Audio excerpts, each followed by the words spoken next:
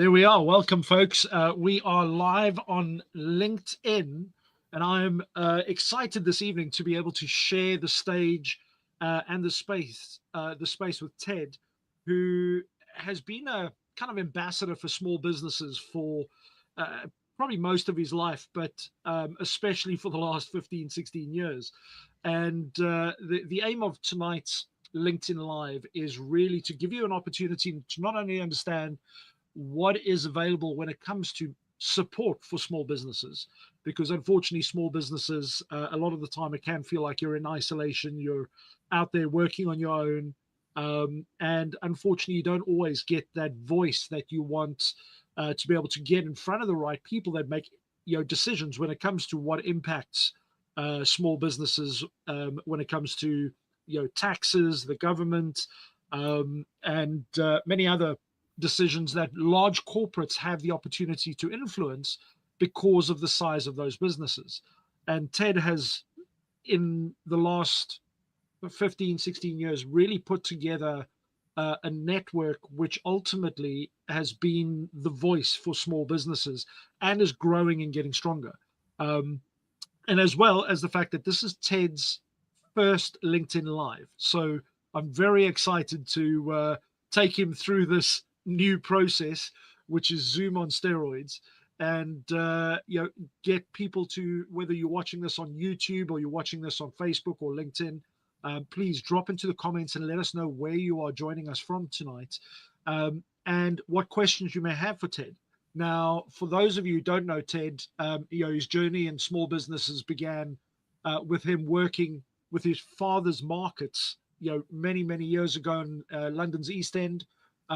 And even though he's had a top tier education, he quickly realized corporate life wasn't for him, like many of us small business owners. And, he formerly worked with organizations like the FSB, which many of you will know. And he's seen a lot of the traditional federations and chambers, failing modern entrepreneurs. And this is where he's kind of set himself apart.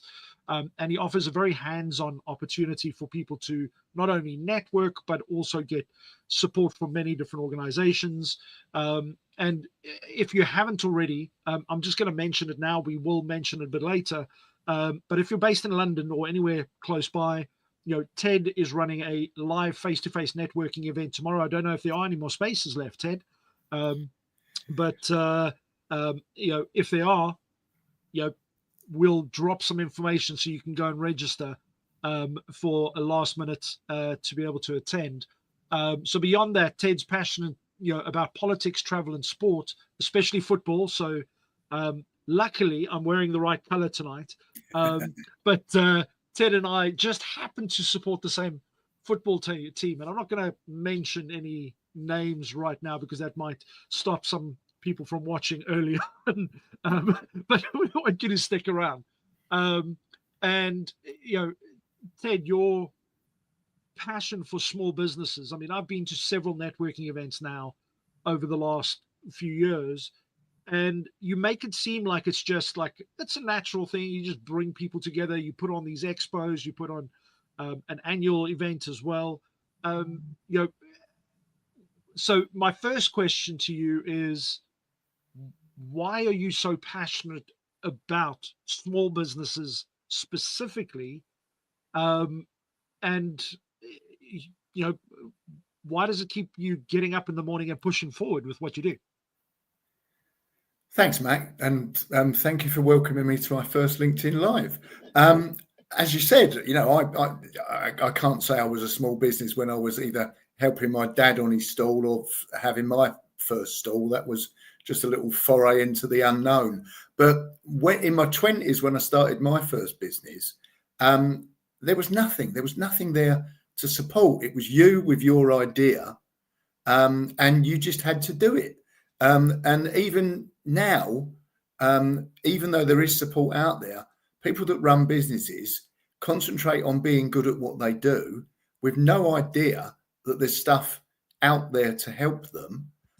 So I see us as being the conduit between the support that is out there and the people that need that support. And my passion comes because of the gap that wasn't filled when I was first starting out. It's impossible for anyone in a small business to be good at everything. And even if you are good at everything, don't do it, because you've got to spend your time doing what your business does to earn yourself some cash.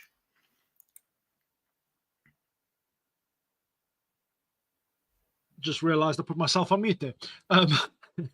And that's one of the things that, if you're a small business, I'd love you to just in the comments drop where you're joining us from. Are you a small business? Why did you want to dial in today? So we've had a few people already go and comment. We've got Errol Baptiste, who's just dropped in a comment over there. We've got David Pushkin, the man with the smooth, silky radio voice. Happy Tuesday, and gratitude for the event. He's joining us from London. And we've got a few other people joining as well. So just drop into the comments any questions you may have as we go as well. That, in fact, this wasn't even part of my questions, but I want to ask this now. Too many business owners try and do exactly what you just said about wearing too many hats rather than focus on what they're good at. What is your suggestion there from your experience over the years, that somebody who's trying to wear too many hats, what would you tell them if they're just starting off their journey as a small business? Well, first off, very simply, they're going to fail, because if they try and do everything, I mean, a big company can do it because they've got departments to do it. They've got expertise to do it.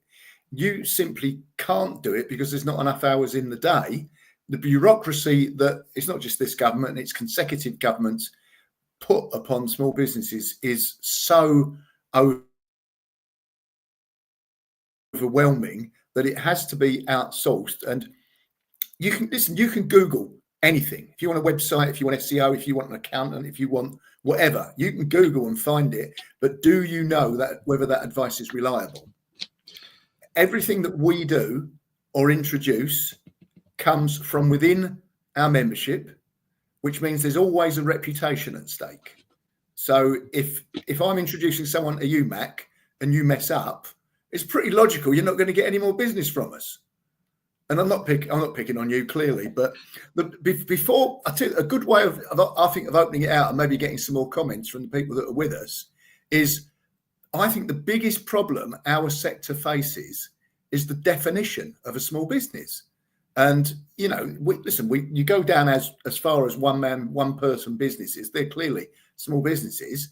But if I told you the definition is up to 250 staff, or up to £6.8 million turnover, doesn't that tell you that whenever you read this is to help small businesses, it doesn't mean people at the bottom end of the scale, does it? Well, this is the thing. If you look at the just over 5 million small businesses in the UK, a large percentage of those are one-man bands, people that got 1, 2, 3, maybe 4 people in their team, and then it may not even be full time, because they are outsourcing, as you say, which means to try and get your voice heard in any form is almost impossible, because you're just like a needle in a haystack, if that makes sense. It's completely true. MPs are only interested when we talk to them with businesses with more than 5 staff. But what you need to do is nurture. We're there for all sizes of businesses. We've got really big businesses that are members, but you have to nurture those tiny businesses so that they can become the employers of the future. But you're right. People have got, 1, 2, 3, 4 people in their team. They may be employed. On the other hand, they may be outsourced. But even a one-man band has an accountant, a website designer, or someone who does their social media. So they're responsible for job creation, whatever way you look at it. And well, this is the thing is, the job creation that comes off the back of it, even just by outsourcing, the reality is with each one of these small businesses, if we're not wearing all the hats and we outsource the things that we're not good at to people that are, that means we're, supporting other small businesses and beyond. And that's, a big part of it that a lot of people don't really, they just think they're there on their own, but they don't realize that just by running their business, they're helping other businesses stay in business as well. Well, we're a very large ecosystem all on our own that you could almost say that is invisible to anyone that is not within that ecosystem. Government don't understand us, local authorities don't understand us. Yet there's only the civil service, or only the public sector is bigger than us in terms of people.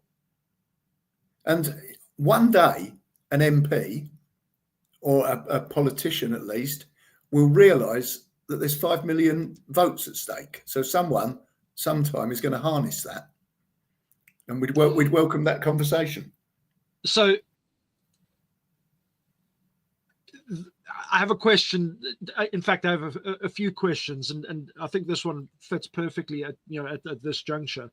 And we've had, I'm not sure how to pronounce her name, Noleg Lynch. So she has joined us in the backstage. Welcome, Noleg.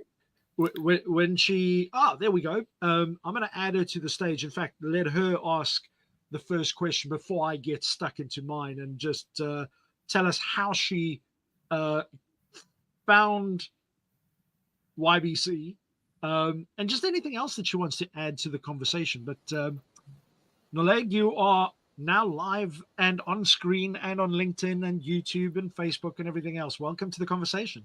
Thank you. Oh my goodness, I thought I was in the background and I didn't expect to be here with Ted and yourself, but thank you.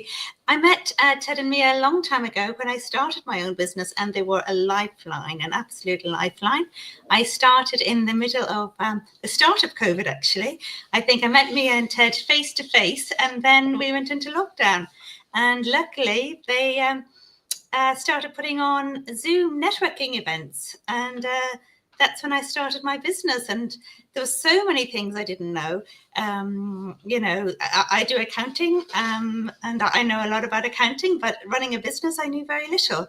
So it was great with YBC. I met people who I got promotional material from, people who built me a website, people who gave me advice about going to exhibitions and speaking to people, getting new clients. It was great.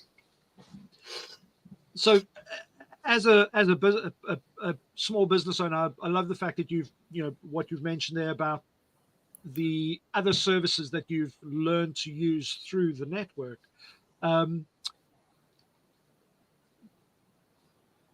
Ted, you mentioned this as well with regards to the kind of safety you have, but also the fact that your reputation is at stake within this network. And that's one of the things, referral is a great way of getting business, but none of us are going to refer people that's going to risk our own reputation. What has been your experience, building relationships with people within the network? Is that aimed at me or not? That's Noleg. Okay. Great. I think the one thing that is amazing about Ted is his memory. He remembers everybody who joins. I think Ted told me at one point it's over 3,000 members nationwide, and he's in a conversation and he's always listening to what you need. He's always asking, what are you? I always get it wrong, but what are your needs? Give us your needs, and we'll turn them into leads. That's right. That's right. So that's how he works. And I always remember that, but I get it mixed up and it doesn't come out quite right. But so he's talking to anyone who joins, and without even looking anyone up, he'll turn around and kind of go, "Oh, I met somebody a week ago, and you can help them, or they can help you." And he's always connecting people. And I've been a member since I started my business, and I can't imagine ever not being a member. And bizarrely, Mac, I can't remember the year, but I've got this memory. It's probably a curse that I have this memory. And I can't say I know everyone's, but I know that Noleg joined on New Year's Eve one year. That's right. That's right. I did join on New Year's Eve before I went out. There's probably a tax reason for that, Max, but yeah. Yes, that's right. It was absolutely right. It was New Year's Eve, and I just thought, here goes. It's my New Year's resolution. I'm getting out there. I'm going to build this business, and I'm starting with YBC, and it was great. Absolutely great. I've been to Excel with them 3 times now. To the business show in Excel. It's just fantastic. It's just fantastic for the actual networking within YBC, let alone the people who are actually visiting the exhibition. And I think, Ted, you have a number like 25,000 people actually visit that exhibition. I mean, I always balk when people call us a networking group, but I always say we're a business support service that does networking. That's true. What Noleg is alluding to there is I'm sure you know, Mac, each November there's an event called the Business Show. It's billed as the biggest business event in the world, 25 to 30,000 attendees, but because of that, it's prohibitively expensive to exhibit there. You know, we're your business community, YBC for short. We run YBC Village, which means we take a great big space. So instead of having to pay a minimum of £3,000 or £4,000 to exhibit, our members get to exhibit from £370. And that's a very economical way of getting yourself in front of all those people and finding yourself potential clients. And it's interesting because I've just realized there's a printer going over here. One of my children must be printing in my office. That exhibition, as an example, for most small businesses, they don't realize that they have got access through YBC, as an example, to be able to exhibit there at an affordable price, because most of those stands could cost you a few £1,000s just to be able to go. So for most people, most businesses would rule themselves out before they even look at the opportunities because of the prohibitive costs. And I've been along and gone to the YBC kind of section of the business event, and it's like a little buzz it's like networking happening within this event and people getting to know each other, but having the ability to exhibit where, as you say, there's a footfall of 25 to 30,000 people coming through. And where would you have that opportunity as a normal small business under normal circumstances? We're not sectioned off. We're part of the main show, but there's only so much value you can get by going to talk to Google or Microsoft. Whereas in our space, you've got real small business owners, real suppliers for you. And the thing is, you actually get to meet the business owners, which is so different, because a lot of the others, it's almost a bit generic because it's the large commercial enterprises that have their staff or team that work there, and you're not getting to meet with like-minded individuals that are running businesses. So it can be a bit frustrating as a business owner, but when you're speaking to a business owner that you're going to collaborate with, or you're going to use their services, that they get you and they understand the journey that you're on as well. Where large corporates, sometimes there's that disconnect of, I'm just going to be another number here, if that makes sense. Well, just using Noleg as an example, if Noleg's talking to a website designer, that website designer might need an accountant, but equally, Noleg might need a website designer. Whereas if you're talking to an employee, it's a one-way conversation, isn't it? It is, but it's also, they are there to try and sell. Exactly. And all you're going to do is go around and be pitched at every single stand, whereas you don't tend to find that when you go and speak to the business owners in the section where the YBC community and the members are. Yeah. Because you tend to walk away going, I've actually just grown my network, and other people that are like me as business owners as well. So let's not concentrate just on the business show, because no. I'm just giving that as an example. Today I've been putting on social media. It's only a couple of weeks away, but there's an event in St Paul's called Elite Business Live. Okay. It's the 12th and the 13th. It's a fantastic event. You get lots of top quality speakers, dragons, and what have you. So it's not an exhibition, but it's panel debates, but also all day networking. It's £49 per day ex VAT to attend. We've managed to get 50 free tickets from the organisers, and that they are currently first come, first served. So check out your Facebook or your LinkedIn.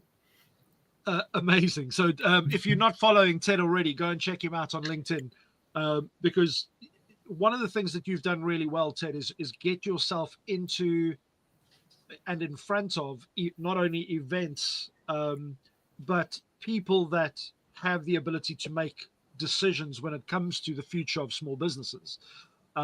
So I've got a few questions that I want to go through just to give people a bit of more of an understanding of the people that you support and the depth that YBC goes into when it comes to the business support. So, from your own perspective, and over the last few years, why do you believe that small businesses are the backbone of the UK economy, as an example? Well, that's a very interesting phrase, because normally you hear an MP say that, and that's as far as they go. It's glib, it's a platitude. They are purely because they're the employers of today or tomorrow at the very least. Sorry, I've got a member on the phone. Yeah, there's so many of us, and they're there blindly trying to achieve, and then they maybe have, it could be Christmas, and then New Year comes, they might join YBC, but no, they have a rest, and then they come back and double down twice as hard, but doing the same thing they were already doing, and that's the definition of madness, someone once said. It very much is. Now, I've got so many questions, but I'm trying to pick just the right ones right now. My brain is just going all over the place. I like that. With let's start on that one where as you say, they kind of double down, and beginning of the year they get going. We're already almost at the end of February, and when it comes to the business support that you offer, what are the kind of challenges that typical business owners are facing that you find, through YBC, you've been able to help them just alleviate those additional stresses, or being able to find those additional bits of support that they don't realize they need until they see that it's, and don't even realize it's available? Well, it took me more than a year to set up the benefits that we've got within YBC. But when you're starting out in business, it's probably best to describe it as the unknown unknown. There's things that you know. That's why you've started in business. There's things that you know that you don't know, as in I know that I can't, pilot a plane. But there's things that you don't know that you don't know. But you need someone there to be able to come up with a solution when you find out there's something that you don't know. And that's the beauty of YBC. We've got relationships now with, let me put it another way. When I started out and I started talking to bigger companies about helping out, and I said, we're a lot more than the 3,000 members that Nolle mentioned now. But when I started talking to big companies, I thought, God, they're interested, and they're interested because with economies of scale, suddenly they're interested in us. We've got buying power, and they want our business. So I can tell you, because it's happened, they're live on our website. If you log in as a member yourself, Mac, you click on directories and then partners, you'll see that the British Business Bank is now a member. The City of London Corporation is a member. And you'll be very interested to know, Nolig, that you're in Epping Forest, aren't you, as a constituency? Epping Forest District Council have just become members.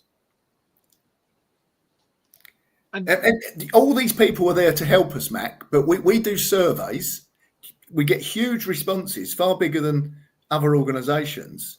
One of the questions in a recent survey was, do you engage with your local authority? Seriously, less than 1% of respondents said they did. But I'm just thinking from my perspective as an example. I'm pretty confident to just reach out and network and talk to anybody. But most business owners wouldn't know even how to start or think why the council would even listen to them, because they're just one person, or they're working from home, or they have a small business on the high street. There's only 3 or 4 of them. And when you talk about the economies of scale, and you start realizing that you can be part of something where there are other people that go through the same struggles and challenges you do as a business owner, and the collective voice is much stronger, and that there is something that actually you can have influence in, then it makes more sense to be able to give your feedback. I'd more likely give you feedback than just my local council, because I'd think, well, it's just me. There's 1,000, 10,000 people that have given feedback. Chances are they're not even going to hear my voice, if that makes sense. It may not be just that, but each local authority will have some degree of support for small businesses. But you go on a council's website and all you'll see is how to pay your council tax or how to get your bins cleared. And everyone anything that's taking money, it's there. Yeah, money generating. So the common theme to the people responding was, I haven't got time to mess about on that website. So what we're doing, and Epping Forest will be the second council to be able to do this, they will get their own dedicated page on our website where they can put their own business support. So people can come to us knowing they're going to find what they need immediately. And they then get an email out to our relevant list once a month. You'll be astonished. You might think that local authorities have got an email marketing list. They've got nothing. They've honestly absolutely nothing. And each local authority is different. I've experienced just in the last, I think, 2 or 3 months, working with businesses in different that fall under different councils, and they've all got different ways of approaching things. They've got different initiatives. So as if you're a business owner and you move area or you open up in a new area, it's not the same as what you were doing in your own council, as an example, or it's a totally different department that deals with it, or they don't even have funding, or they do have funding, and it's like a rabbit warren. To try and negotiate that is it take forever. But through an organization like yourself, you get a few businesses together that live, that are within the same kind of catchment area, and you can make an impact. I was talking, what you're talking about, the money, at the moment is coming from something that the government have created called the Shared Prosperity Fund. They are giving that, it's a huge amount of money, by the way, and it's been totally wasted. The government, who, relevant point, are employees, are giving the money to local authorities, who are employees, who are giving the money to wherever they see fit, but actually they're employees again to help small businesses, and it's not helping small businesses. And I'll give you an example. I was talking to a member this afternoon, and it's a perfect example. He's in marketing, which is relevant. Okay, he's in marketing. He went down this, the fund in his own borough, the money that was given via the government to the local authority, to the local guy that's doing training, said to him, the marketing guy, our member, have you considered marketing? right? So that's as stupid as it gets. It's two very different worlds, and what we need is make their world and our world integrated. At the moment, they're parallel worlds. The thing is, I find it quite fascinating because I'm quite involved with the neurodiverse world and working with autism and various other things. And I've seen, like you say, when it comes to budgets that are available within local councils, a lot of the time, the people that need those budgets aren't aware of them. And the people that are in the position to spend that money, they have to spend that money within a certain financial, period. So a lot of the times they'll put on events just so they can tick a box to say that money has been spent. That was the word I was going to use. It's tick a box. It really is. And there needs to be a lot of less of that and more productive use of those funds. But the problem is most people, if I think about when you mention the word, say, grants for small businesses, most people think that's going to be quite a long administrative process. And, do I have time to go and do that and take my eye off the business right now? Or, am I going to put all that effort in and then not get anything out of it in the end? Or there's all these questions, whereas through an organization like yourself, because you're able to have these conversations at a higher level, you can find out about the stuff that is going to make an impact when it comes to small businesses, because you're giving people what they need, Mac, rather than what an employee thinks they need. Exactly. And that's like, one of the things that I've seen a lot of business owners do. We come up with a wise idea and we think, this is a great product or service. I'm going to go out there. I'm going to spend all this time developing the product or service. And then you get out there, you launch, and nobody's interested. And it's like, okay, well, okay, maybe I need to create something else. Rather than finding out, like you do, from your members, what is it that they need, and then go and find the product or service that that fits the need, as opposed to just coming up with stuff that you think might be interesting, if that makes sense. Absolutely right. There's 40 or more benefits, but we spend thousands on providing free legal advice to members. Okay. Legal 24/7, HR 24/7, and office hours for business services. And the tax one, Ted, isn't there? Is that the tax is combined with legal? Tax, VAT, health and safety, all included in membership. And they're fantastic services. I've used them. And Knowledge's an accountant, but she uses the tax advice line. We've got members that do HR that use the HR advice line. But I'm going back to a conversation again I had at the business show, and it's not unique. You get people coming up saying, I do this, and I want to be able to sell this in Selfridges or Harrods. Okay, so it's a product they're making, but they've got a Gmail for their email address and a mobile number. And, it's obvious they're not going to be entertained. But even though that advice line is costing us thousands, as a member, you can have a absolutely free landline telephone number. So, that's just a voice over IP telephone number, but it actually dresses you up as a bigger business than you are. And you can get a domain name for free via our website. So don't mess about with Gmail or Yahoo.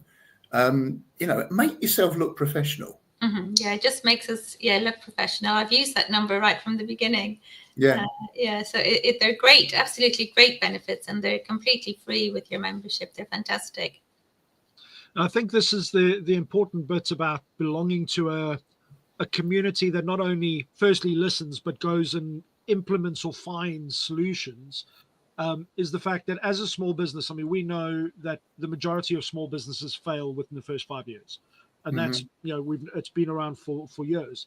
But the likelihood of success, the likelihood increases tenfold when you've got an organization that help you as a small business navigate the terrain, knowing where I can ask for help, who I can ask for help, and surrounding yourself with other people on the same journey. Yeah, well, listen, we all started somewhere. The world is a very different place to when I started my first business.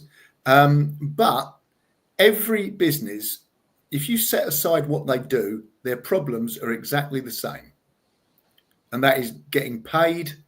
That is the cost of business rates if you're moving into premises. It's the extent of HR. It's common. It's a common thread, and you can't afford to have a department. So have us allow us to be your outsourced teams for you. It's as simple as support group. And the other wonderful thing is that the mentoring.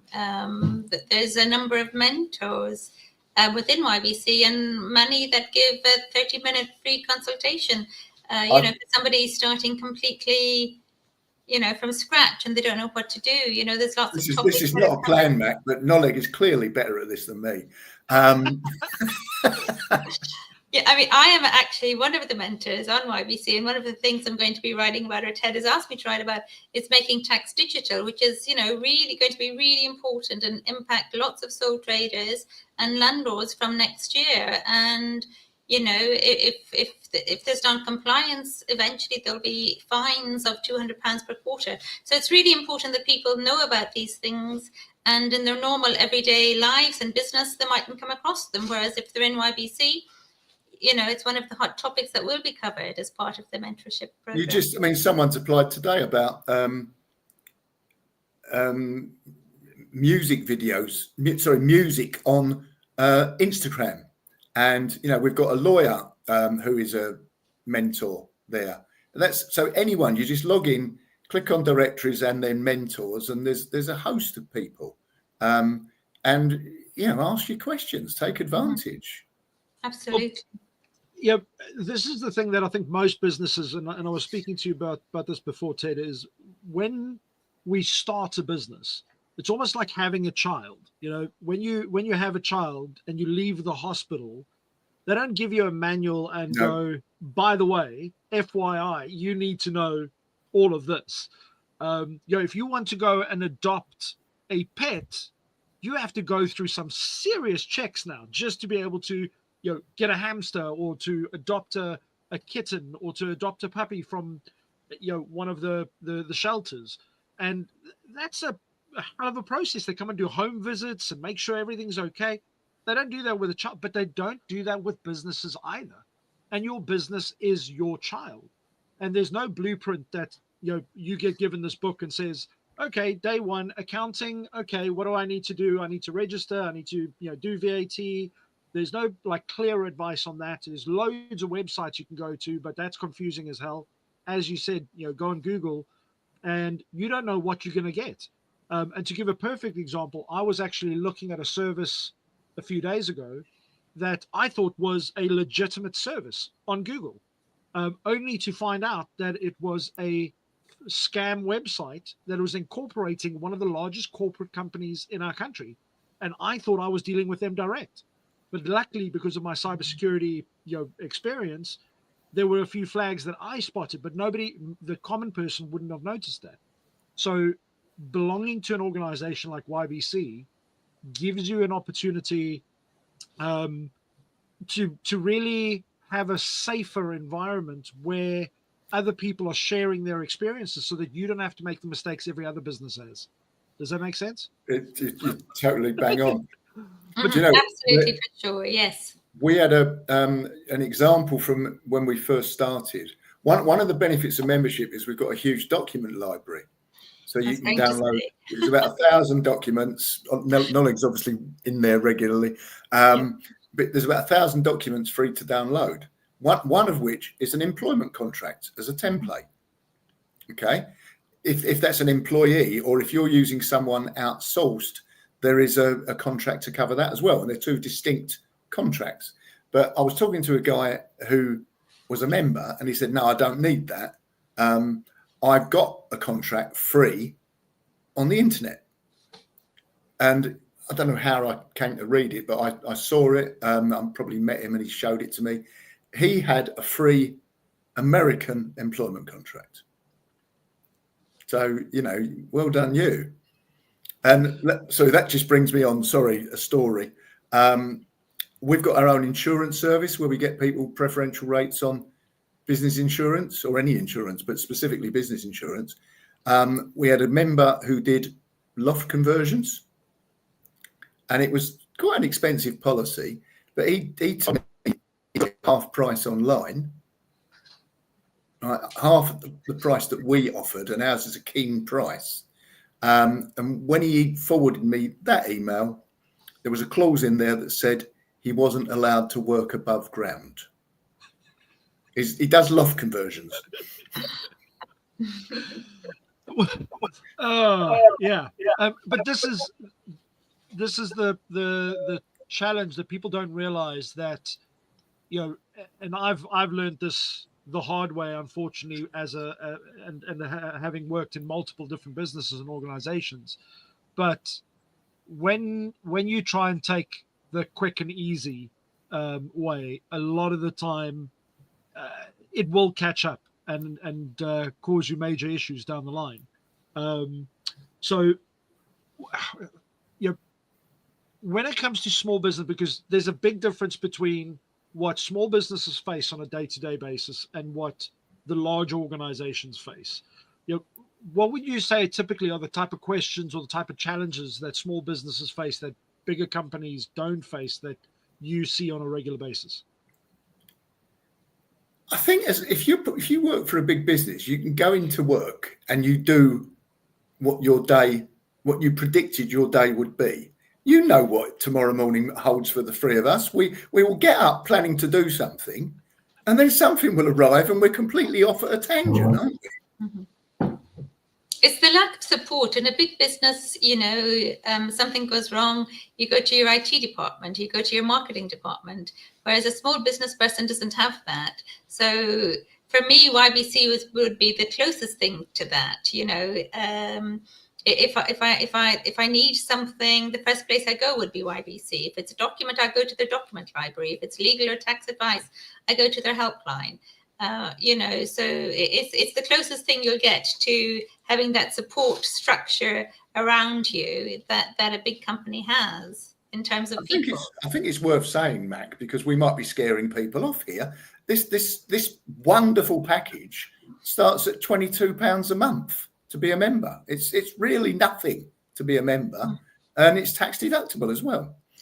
Well, you know, I was going to get to that a little bit later, because we've been talking about so many things that it includes, and very quickly in the back of your mind, you're probably sitting there thinking, what the heck is this going to cost me as a small business? And when you think about £22, you know, you probably spend that in a week on coffees, you know, just from Starbucks, as an example. And a lot of small businesses, guess what? You know, they'll go and work out of Starbucks or a local coffee shop, or and unfortunately, the person behind the counter is not going to be able to answer their accounting queries or their HR queries or any of those things. But when it comes to, you know, I'm equating this to, you know, I've worked in large corporates and I've worked in small businesses, and this is almost like being part of a large corporate, having the benefits of a large corporate, but being able to work for yourself, because you've got an HR line, you've got that tax advice line, you've got that legal help line, which normally there would be a department for that within the organization. Am I right? It's leveling the playing field, isn't it? Mm-hmm. For sure. It's just, you know, it's just peace of mind.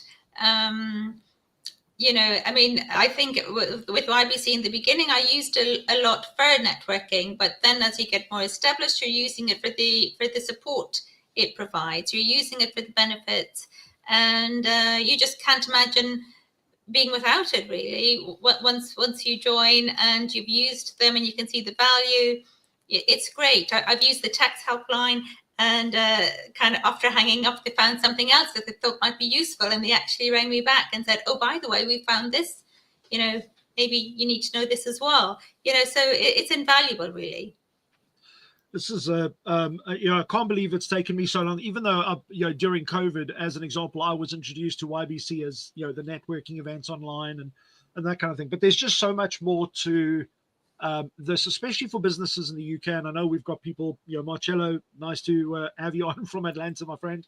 But for those based, whether you're based in the UK or abroad, small businesses make up the kind of foundation of most economies. And if we look at the UK right now, well, the whole world's going. It's in an interesting place. But Ted, you've had the ability to be able to not only get the ear of local MPs and take people to the Houses of Parliament and get in front of some of the big organizations and names and that need to be able to hear what small businesses need. To speak to us a little bit about that side of things, because people don't realize that not only do you offer these support things, but you also help local businesses in their communities get heard by their local MPs or the local government to be able to actually drive change and initiatives for small businesses. Sure, we can campaign about issues that we believe are important, but what we'd far rather do is be representative of the members. So by filling in the surveys that we put out, then we're actually representing the small business community, and you can look at the people that are. I mean, we've had, I don't know, half a dozen MP meetings. We've got the MP for Harrow East in the Houses of Parliament next week. We're meeting. The week after that, we're meeting the MP for Epping Forest. And so it goes on. We're getting MPs now coming to us because they're talking to one another. Have you heard of YBC? Have you met them? And yeah, listen, I'm sure you said I heard you say we got someone from Atlanta it's Georgia, isn't it? I'd lay money small businesses are treated more fairly in the States than they are here. We're almost looked down upon. But it is really nice, Ted. Ted does kind of, send communications to all of the members saying, I'm going to be writing a paper, I'm going to be meeting this MP. Would you like, any of your views, would you like us to mention anything on your behalf? So you really feel you have a voice through Ted, and it's really great, because lots of things are changing. There's lots of things happening all of the time. And you just feel, Ted is on it. He's going to, go around and talk to people, gather our views and present them on our behalf. Do you know the great thing? Sorry, Mac, I'm very conscious that I'm a very forthright speaker. I speak my mind. I'm never going to change. But when I'm writing policies, that's not going to actually get people to take notice. So I'm now going to ChatGPT and copy and pasting in what I've written and say, can you write this in corporate speak for me? Well, this is the beauty of all this technology that's out there that can help us do that, because, there's, as small businesses, a lot of the time it's so easy to feel like you have to do everything, and, that it's, your responsibility as a business owner to know all these different things, and if not, you're a failure. Whereas there are all these tools that can help, and as business owners, by sharing these different things, I use ChatGPT now on a regular basis to, and I think ChatGPT is eventually going to get quite annoyed with me, because I put in this much information and I say to ChatGPT, can you make sure that you put this succinctly into this much information? So for clarity, and it's a really great tool. The key thing is, when it comes to AI, is that people don't rely on AI doing the work for them. Mm-hmm. It's there as a tool to help you improve what you already do. So you run events on a regular basis and bring people together all over the place. Because I think tomorrow's one is Liverpool Street, but you run them all over London and outside of London.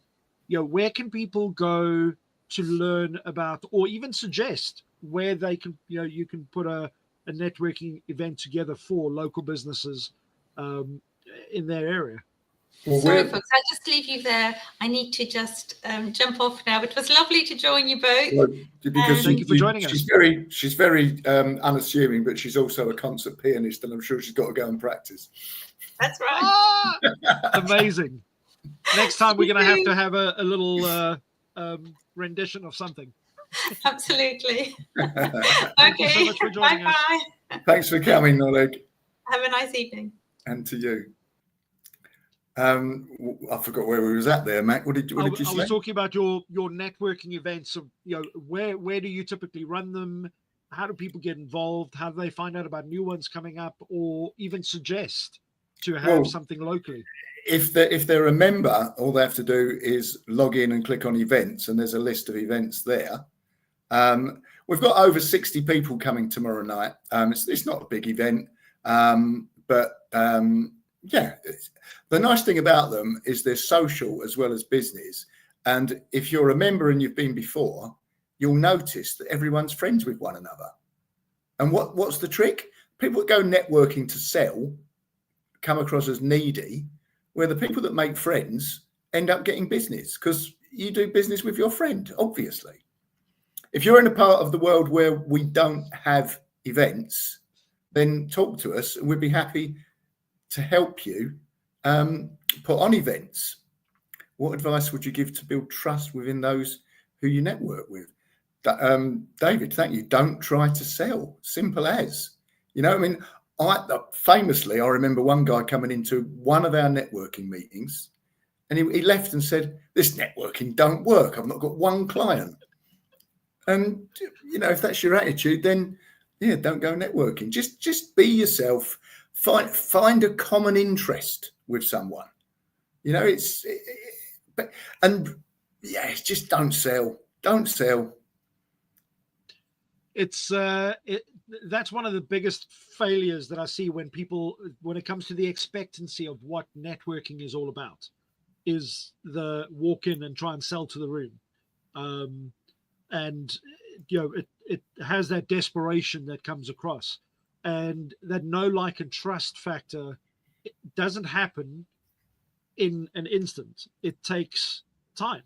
And business owners, especially small business owners, we've all had bad experiences with services or other businesses, and our reputation is on the line. So a lot of the time, before we make a decision to use anybody else's services, we're going to check out who you are, see how you deal with other people, it takes time. It's not just arrive, pitch, and run situation. So with that, Ted, what would you say are your kind of top 2 or 3 tips when it comes to attending face-to-face networking events? Because you've seen it all. Well, do you know, a lot of people, when they first come, actually sort of put on a false persona. It's really, really important just to be yourself. That doesn't have to be your obnoxious self. Be your best self, obviously. But I'm not going to wear a suit tomorrow night. I'm going to go there casually. I hope you are. Sometimes, because I'm running an event, people expect me to be in a suit, but it's the voice is the same, the ability is the same. But if there's people you see that are struggling at an event, go and help them, because everyone's a first timer sometime, and there's no real agenda tomorrow night. It's a 3-hour event. And I do remember I went to one 2 or 3 years ago at this venue, actually. And there were 2 women sitting on their own. They'd never been before. And I said, can I help you, ladies? You're on your own. I thought, is there anything I can help you with? She said, one of them said, "We don't know what to expect." And I said, "Well, I'm running this event and I haven't got a clue what to expect." But, it's just try and use a bit of levity, actually. It never hurts, does it? Absolutely. But this is, people don't realize you just never know where a conversation's going to lead. And just as you say, if you see somebody just not being comfortable at a networking event, a lot of the time you can make a huge impact in that business's life or that person's life just by going and saying hello, and then introducing them to one other person at the event. But then don't mold that person into a client of yours if they're not capable of being a client of yours, But then what comes next? What comes next? You go there tomorrow night, you might pick up 10 business cards from people. More people don't follow up than do follow up. One of the biggest failures to networking. Yeah. And I can imagine their desk, they've got little piles of business cards all over the desk, hello, Mac, I met you last night. It was great to have a chat. It's not buy my stuff, And I love the business card thing because I was clearing out.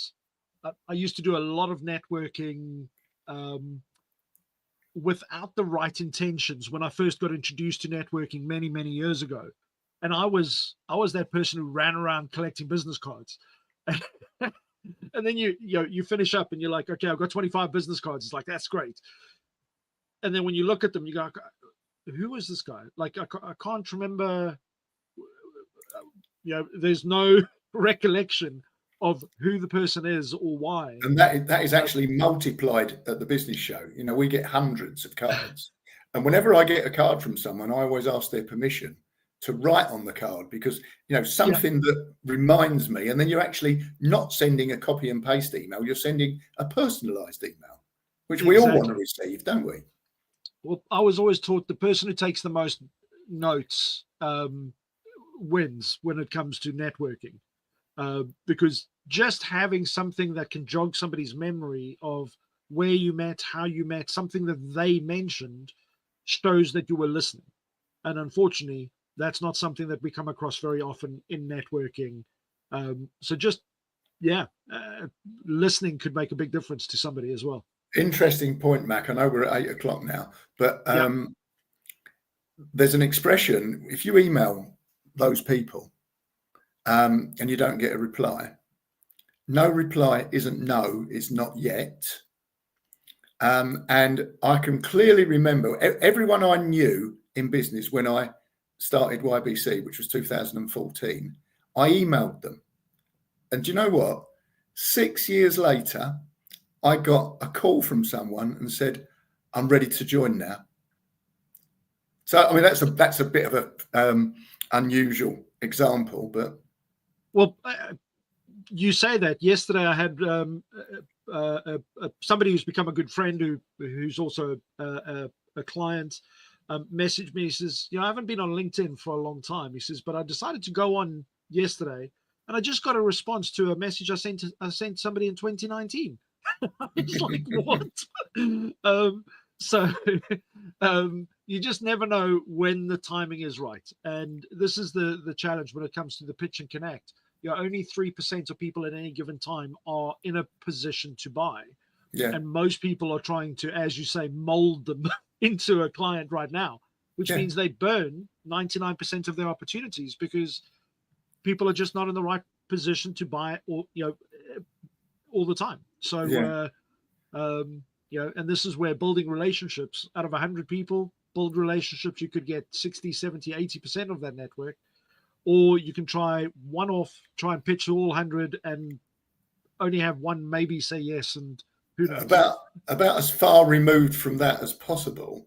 At the business show, every year, you get 2 or 3 people who are just walking around. They don't talk to you. They just press a business card into your hand. Oh yeah, that's really going to work, But I take that, and we do have to wrap up. But I used to be involved in a lot of direct marketing organizations and coaching and training, and I liken that to the person standing on the street corner and literally just taking cards, and as people are walking past, throwing them at them. That's what they do. But it's also very lazy, isn't it? Absolutely, because it's you want people to do all the work for you. It doesn't quite work like that. But Ted, This has been a fascinating conversation. I've enjoyed it, and that hour flew by. It literally has flown by, but I know we'll have many, many more conversations. I just want, if you're a business owner out there, especially in the UK, just know that you're not alone. There are organizations that firstly have your ear, that are listening.